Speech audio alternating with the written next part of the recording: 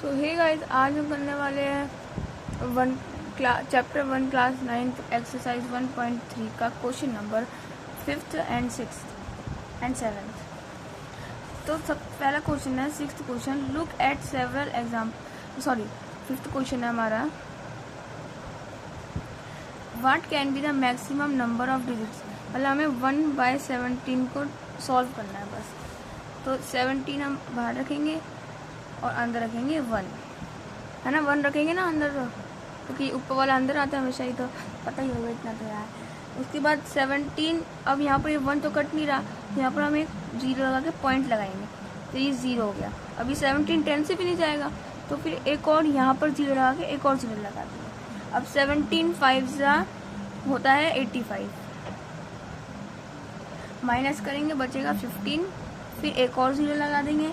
फिर हमारा 17 8 होता है 136, इसको माइनस करेंगे तो हमारा बचेगा 14, फिर 0 लगाएंगे, फिर वापस इसको 8 से काट देते हैं 136 पे, तो बचेगा हमारा 40। अब 40 34 17 2 था 34, बचा हमारा 6 में एक 0 लगा देंगे क्योंकि पॉइंट लगा हुआ हमारा। तो फिर 17 3 हमारा होता है 51, तो बचा 9, फिर 0 लगाया तो 17 5 85, माइनस किया बचा 5, फिर 0 लगाया तो 17 2 कितना 34, 17 34। अब ये मुझको ना रिपीट हो रहा है, ये अभी चलेगा पूरा आगे तक चलेगा। हमारा क्या बचा अभी 16, फिर 0 लगाया तो 17 9 153, फिर हम बचा 7 बचा ना। अब एक और 0 लगा दिया, तो एक और 0 लगाया तो फिर 17 4 68, बचा 2 20 लगा दिया, ठीक है। उसके बाद 17 1 17, बचा 3, 0 लगाया 17 1 17, बचा 13, फिर 0 लगा दिया हमने, 0 लगा दिया तो अब यहाँ पर आएगा 13 7 119, माइनस किया 110। अब 17 6 आपको पता है कितना होगा, 17 6 होता है 102, माइनस किया बचा 88। अब यहाँ पर हम एक 0 लगा देंगे, फिर 17 4 68, माइनस किया बचा 112, फिर एक 0 लगा दिया, फिर 17 7 119, बचा 1।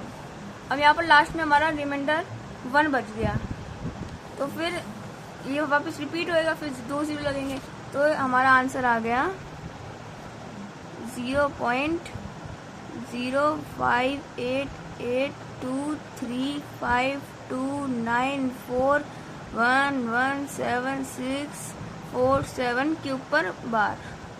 ये हमारा आंसर आ गया। अब क्वेश्चन नंबर 6 की तरफ चलते हैं। अब क्वेश्चन नंबर 6 क्या है।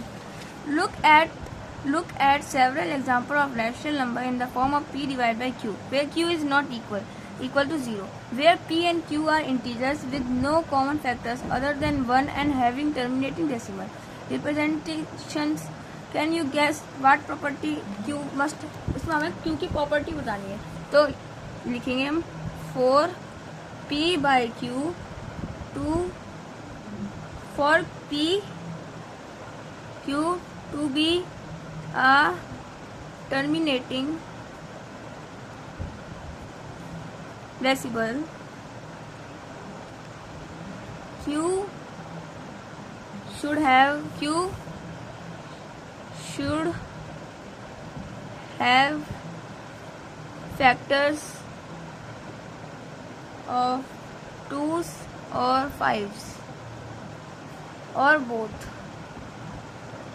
देखो इस लाइन का मतलब समझिए, for P divide by Q, अगर हमें इस पी बाई क्यू की फॉर्म में लिखना है टर्मिनेटिंग डेसिमल में, तो क्यू के जो फैक्टर्स होने चाहिए वो टू की होनी चाहिए या 5 की। जैसे कि 1/10, जैसे हमने लिखा 1/10, तो इसके फैक्टर 2 और 5 दोनों है ना, तो ये हो जाएगा टर्मिनेटिंग। ठीक है, अब क्वेश्चन नंबर 7 देखते हैं।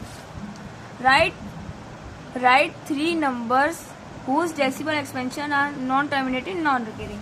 तो ये तो बहुत ईजी है, कोई भी 3 इरेशनल नंबर लिखने हैं हमें, तो बहुत ही आसान है, क्योंकि नॉन टर्मिनेटिंग नॉन रिकरिंग लिखना है तो कुछ भी लिख सकते हैं आप, 0, 2, 5, 6, 8, 3, 2, 1 और 18.2682493256। आप अपने मन से भी कुछ भी लिख सकते हैं, 109.092856784 अब इसका आगे डॉट भी लगाना है, क्योंकि नॉन टर्मिनेटिंग नॉन रिपीटिंग है, रिपीट नहीं हो रहे, तो चलते रहेंगे। तो ये था आज की वीडियो। जब मिलेंगे अगले वीडियो में क्वेश्चन नंबर 8 है 9 के साथ, तब तक के लिए बाय।